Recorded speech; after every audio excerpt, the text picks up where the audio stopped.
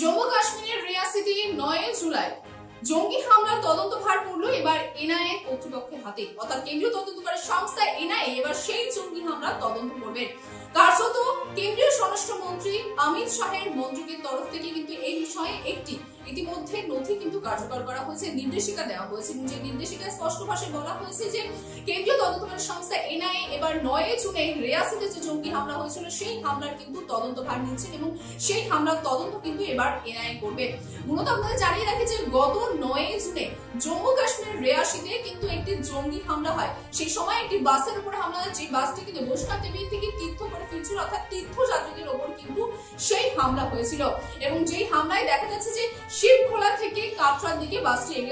এগোচ্ছিল এবং ঠিক সেই সময় কিন্তু দেখা যায় যে জঙ্গিদের গ্রেনেড এবং গুলি বর্ষণ পরে সেই বাসের তীর্থযাত্রীদের উপর, যেখানে কিন্তু মূলত সেই স্থানে বলতে পারেন যে 9 জনা কিন্তু নিহত হন এবং 41 জনা কিন্তু সেই আক্রমণে আহত হয়েছেন। এবং আপনাদের জানিয়ে রাখি যে অবাক করা বিষয় যে সেই দিনই কিন্তু 9 জুন ছিল তৃতীয়বারের সরকার গঠনে অর্থাৎ প্রধানমন্ত্রী নরেন্দ্র মোদীর মন্ত্রকের শপথ গ্রহণ অনুষ্ঠান। এবং ঠিক সেই শপথ গ্রহণ অনুষ্ঠানে যেখানে একদিকে দিল্লিতে প্রধানমন্ত্রীর জন্য শপথ নিচ্ছেন নরেন্দ্র মোদী, ঠিক অন্যদিকে কিন্তু জম্মু কাশ্মীরের অর্থাৎ জম্মুর মূলত রিয়াসিতে হামলা হয়, যেখানে কিন্তু তীর্থযাত্রীদের মধ্যে 9 জনা প্রাণ হারায় এবং 41 জনা কিন্তু আহত হয়। এবং আপনাদের জানিয়ে রাখি শুধুমাত্র যে রিয়াসিতে যে এই জঙ্গি হামলা হচ্ছে তা কিন্তু নয়, তৃতীয়বার সরকার গঠনের বেশ কিছু সময় আগে থেকে কিন্তু কাশ্মীরে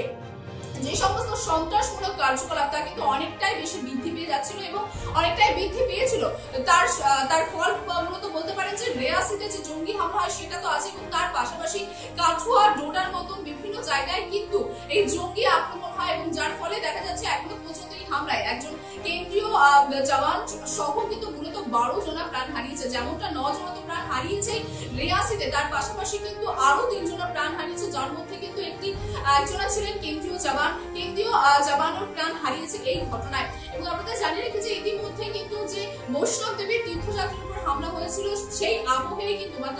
মূলত বলতে পারেন জম্মু কাশ্মীরে যে সন্ত্রাসমূলক আবহ চলছে সেই আবহের মধ্যে কিন্তু আর কিছুদিনের মাথায় অমরনাথ যাত্রা রয়েছে। 29 জুন থেকে কিন্তু অমরনাথ যাত্রা শুরু হচ্ছে, যা কিন্তু 18 আগস্ট পর্যন্ত চলবে এবং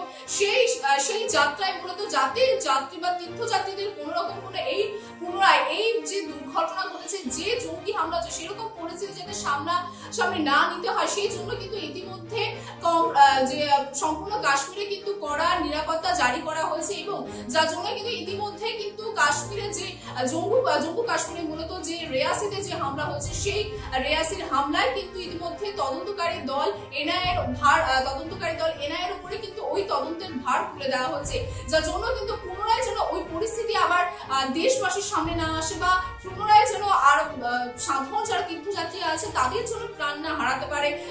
হয় সেই জন্য কিন্তু এই ব্যবস্থা নেওয়া হয়েছে কেন্দ্র সরকারের তরফ থেকে। এবং সেদিকে কিন্তু নজর আমাদের থাকবে, কারণ ইতিমধ্যে যে ঘটনা আমরা বৈষ্ণব তীর্থযাত্রীরা ছিলেন, বৈষ্ণদেব তীর্থ করে তারা ফিরছিলেন, তাদের সঙ্গে যে ঘটনা হলো অমরনাথ যাত্রা আর কিছুদিনের অপেক্ষা 29 জুন থেকে অমরনাথ যাত্রা শুরু হচ্ছে, যেমনটা আপনাদের জানালাম সেই যাত্রায় কি কোনো এরকম অপ্রীতিকর ঘটনা রুখতে আর কেন্দ্র সরকার আর কি পদক্ষেপ নিচ্ছেন বা আর কি পদক্ষেপ তারা নেবেন সেদিকে নজর থাকবে আমাদেরও।